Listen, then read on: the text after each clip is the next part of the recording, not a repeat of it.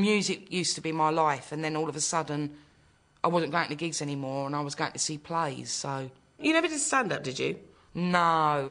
I was too nervous. I just couldn't do it. I remember going down to the Comedy Store and stuff in the when you lot were there and everything, and Rick Mail and all that mob, and I just found it so terrifying. What I want to know is where you got kind of hijacked into comedy, because it's obvious that you're a good straight actress. So I can't understand how you've managed to have both of these careers side by side so successfully. It was Simon Brint and Roland Rivron, because Simon would come and see me do theatre.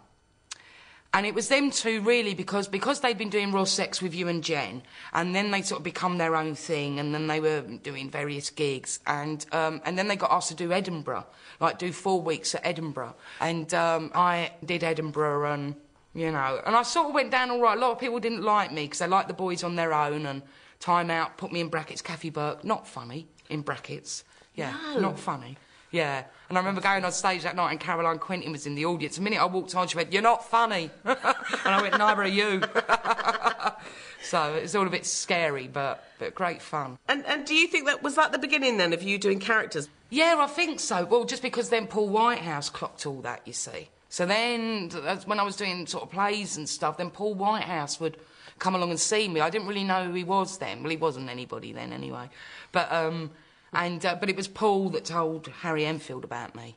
Did you want to do comedy more? Did you want to do both things? No, I wanted to do the straight acting, but I wanted to do the comedy because the money was better. OK. Because the money was really good in comedy, TV comedy. Do you think comedy is a proper job? Yeah. Yeah, I do. Why? Because, you know, people need to have a laugh. And I do think it's a proper job. And I went through a long time of feeling very guilty, you know. Oh, God, you know what I mean? All I'm doing is putting on silly hats and strapping my bosoms down. But people need to be entertained and people need to have fun and, you know, and I think our job it's just as important, you know.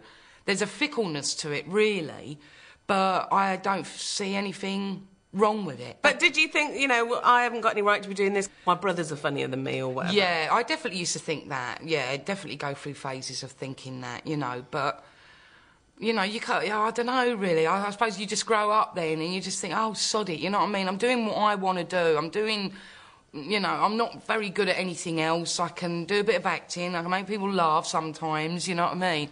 I think my problem with it is that I find it odd to get well paid for doing something you haven't been trained for, if you know what I mean. I don't feel like I've been through the apprenticeship at all. I mean, you have, because you've been doing, like you say, Edinburgh and this and that, and you learn a bit more as you go along. But it feels like something that is naturally part of your family life, something that just happens anyway, and suddenly it's a proper job, and I can't equate that in my head. Yeah, but some people are naturally brilliantly minded scientifically. And so it's easy for them to go to university and get their degrees and then become a Nobel Prize winner. Do you know what I mean? Because it's naturally in them to be really clever and to do things like help save other people's lives. I mean, that's not what we're doing, but if you make someone laugh before they pop their clogs, then, you know, it's all sort of, you know. Relative. Yeah. I get that, although I'm still not quite sure about it. But do you think you have pressure to be funny in social situations? Do you think people say, "Oh, it's Kath, she's going to give us a figure, here she comes"? And do you get that? I get sometimes, that. Yeah. I should imagine you'd get it a lot more than me, but sometimes. And you don't feel under any pressure? You don't I feel purposely be a grumpy, Larry bitch? Well, I feel very different now than I did 10 years ago. I mean, 10 years ago, I definitely felt like that. I think when I started to get well known, I just found it all a little bit weird because of that thing, and you'd know this as well, if you've always been sort of naturally funny, it's very weird that then you're expected to be funny. It's like there's just a different thing of it, you know what I mean? And just being funny for the sake of it and just, you know, being a bit witty, it's sort of nice and it's pleasant and it makes people feel good. But if people are expecting you, oh, great, well, if Kathy comes to the party, then I'm going to be all right because she'll just make me laugh all night. It's like, well, no. You know what I mean? Then I'll purposely be miserable. And do you think that when you were doing a lot of comedy, did it kind of give you a buzz to do it? Yeah, it did. Yeah. In the same way that it all sort of gives you some sort of buzz, you know. But, yeah, I loved... the I remember getting a real buzz. Well, it started off working with you and Jennifer. And so the first thing I noticed was sort of the Bananarama thing. And then I remember getting a lot of calls about when we did the piss take of the House of Elliot, which was such fun, you know. When you had a couple of Chelsea buns stuck to the side of your your head. Do you know what I mean? Yeah. Which was great. And that was your mate, wasn't it, playing that part? Yeah, Kathy Murphy, another Kathy, yeah. And then I really loved it when the slobs happened.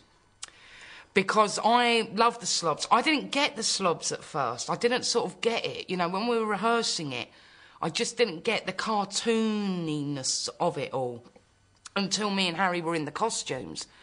And then it was like, oh, right, and then the penny started to drop, and it was like, right, OK, I think I understand this now. And it took me a couple of sketches to really then cotton on to who I thought Waynetta was. And, but that was just a thrill because it was just people, everybody knew them, you know what I mean? And it was the first time I'd done anything, I think, where the public were just like, we all know a Wayne and Waynetta, do you know what I mean? And that I just really loved. Do you think people have frozen you as Waynetta a little bit? Some people, yeah. Do you mind that? No, I did for a while. It used to give me the ump, you know what I mean? Because I'm like a very serious actress. You know, well, that bollocks. And then, but that was very quickly got rid of with Perry. Perry and Kevin, you see. I mean, it's meant to be Kevin and Perry, but it's not me. For you, so it's Perry and Kevin. And so that was sort of great as well. And it started to bug me a bit when catchphrases were shouted at me, like, I am smoking a fag, and thank you, Mrs. Patterson, and all that. That started to drive me a little bit crazy, but I think I was going through a little bit of a crazy time anyway. And but now I'm sort of really happy with it. Do you know what I mean? And I love it if people still talk about Wayne and Waynetta, you know. So why have you stopped doing it then? There were a couple of reasons, really. I lost a little feeling in my belly that I always used to have when I was acting. And I always had this same feeling in my belly. It's very hard to explain. It sounds very strange. But I'd always have this... There was this thing going on inside. So that whenever I was doing another character, whether it was comedy or serious, this feeling in my belly would happen. So then it was like all the characters came from that feeling in my belly, and then they'd come out, you know. And as long as that feeling was there, then I sort of felt all right, and I sort of felt, oh, I can become anything because it's this thing in my belly that's doing it. And then that thing in my belly started to disappear. It was just really odd. And I did a couple of jobs where it wasn't there. It was really weird, so therefore it was all coming from my head. Is this sounding really strange? Not at all. I am really relating to it. That's part of the problem. Right. Yes, good. So it was just, right, well, if it's not coming from there, then the enjoyment isn't the same because it's all coming from here. And from here, I just sort of found it was all a bit easy. So it was all a bit automatic pilot. And it was all, well, there's no kick from this. And I'm not enjoying it. And I sort of felt, if I'm not enjoying it, that's going to totally come from behind the eyes, and everyone will know I'm not enjoying myself anymore. So you felt like a fraud? Abso-fucking-lutely. If you can... Absolutely.